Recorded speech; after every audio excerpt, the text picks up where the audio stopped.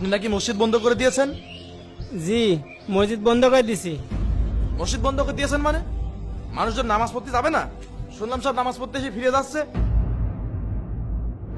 ইমাম সাহেব, আপনার কিন্তু চাকরি থাকবে না বলে দিলাম। আপনি কি বাদ দিবেন? আমি নিজেই চাকরি করব না।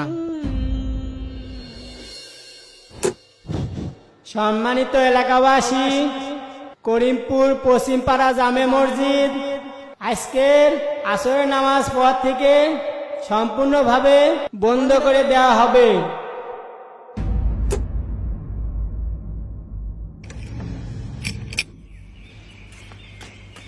এই হুজুর দাঁড়ান। কি হয়েছে? কি ব্যাপার? মাইকে এগুলো কি শুনছি? আপনি নাকি মসজিদ বন্ধ করে যাচ্ছেন? এ কি, তালাও তো মারা হয়ে গেছে, এখনো তো জামাতের সময়ই হয়নি। কেন, আপনি কি নামাজ পড়বেন? নামাজ পড়লে বলেন, তালা খুলে দিচ্ছি। না, নামাজ পড়বো না, কিন্তু আপনি যে বললেন মসজিদ আসরের পর থেকে বন্ধ করে দেবেন। মসজিদ কি কারণে বন্ধ করছি এটা আপনার কাছে আমি বলবো না। এই 90% মুসলমানের দেশ এই বাংলাদেশ, এই বাংলাদেশে আপনি একটা মসজিদ বন্ধ করে দিচ্ছেন, এই সাহস আপনি কোথায় পেলেন? শোনেন ভাই, আপনার কাজ আপনি করেন, আমাকে আমার কাজ করতে দেন।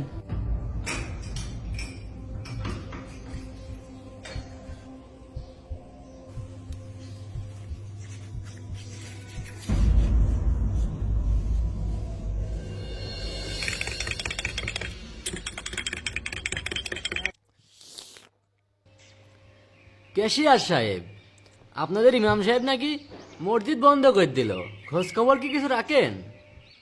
কি বলছিস সেই সব? ও, আমার তো আবার মনেই নেই, আপনি তো জুম্মার দিন ছাড়া মসজিদে যানই না। মসজিদে যাই না মানে? প্রত্যেক শুক্রবার জুমার নামাজে যাই আমি। শুনলাম ইমাম সাহেবের 3 মাসের বেতন বাকি। ইমাম সাহেব যাবি না তো কি করবি?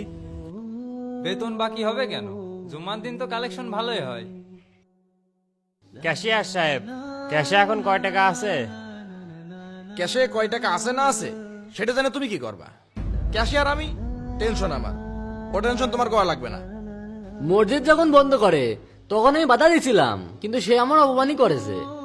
আচ্ছা, আমরা ইমাম সাহেবের বাড়ির উপর যাই, কি কারণে মসজিদ বন্ধ করলো? আর রফিক ওই দোকান বন্ধ কর। আচ্ছা ঠিক আছে, ক্যাশিয়ার সাহেব যখন বলছেন চলেন আমরা সবাই যাই। চলেন যাই। হ্যাঁ হ্যাঁ হ্যাঁ চলেন। চলেন। এই দোকানে দেখে রাখিস। ইমাম সাহেব, এদিকে আসেন। আপনি নাকি মসজিদ বন্ধ করে দিয়েছেন? জি, মসজিদ বন্ধ করে দিছি। মসজিদ বন্ধ করে দিয়েছেন মানে মানুষজন নামাজ পড়তে যাবে না? শুনলাম সব নামাজ পড়তে এসে ফিরে যাচ্ছে। আমি আজান দিয়ে নামাজ পড়ে ওখানে 20 মিনিট বসেছিলাম, কেউ তো নামাজ পড়তে আসলো না। কে নামাজ পড়তে গেল কি না গেল সেটা আপনার দেখার বিষয় না। আপনার যে দায়িত্ব দিয়েছি সেই দায়িত্ব ঠিক মতো পালন করেন। আপনারা কি আপনার দায়িত্ব পালন করছেন? আমার 3 মাসের বেতন বাকি। আমার ঘরটা কি অবস্থা, আমার ঘরটার দিকে তাকান। আমার ঘরটা যে ভেঙে পড়ে যাচ্ছে, এই টেনশন তো আপনি করবেন না। বেতন বাকি আছে, বেতন দেওয়া যাবে। আপনি না খেয়ে তো আর নেই। মহল্লার মানুষ তো 3 বেলা খেতে দিচ্ছে তো নাকি? মনে রাখবেন হুজুর, আপনি কিন্তু 3 বেলা আমাদের বাড়িতেই খান। যারা 5 ওয়াক্ত নামাজ পড়ে না তাদের বাড়ি আমি খাবোই না। ইমাম সাহেব, আপনার কিন্তু চাকরি থাকবে না বলে দিলাম। আপনি কি বাদ দিবেন? আমি নিজেই চাকরি করব না।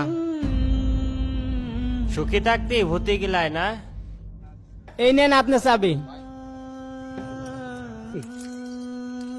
দরকার হয় ভ্যান চালিয়ে হালাল ইনকাম করে খাবো, কিন্তু যারা 5 ওয়াক্ত নামাজ পড়ে না তাদের বাড়ি আমি খাবো না।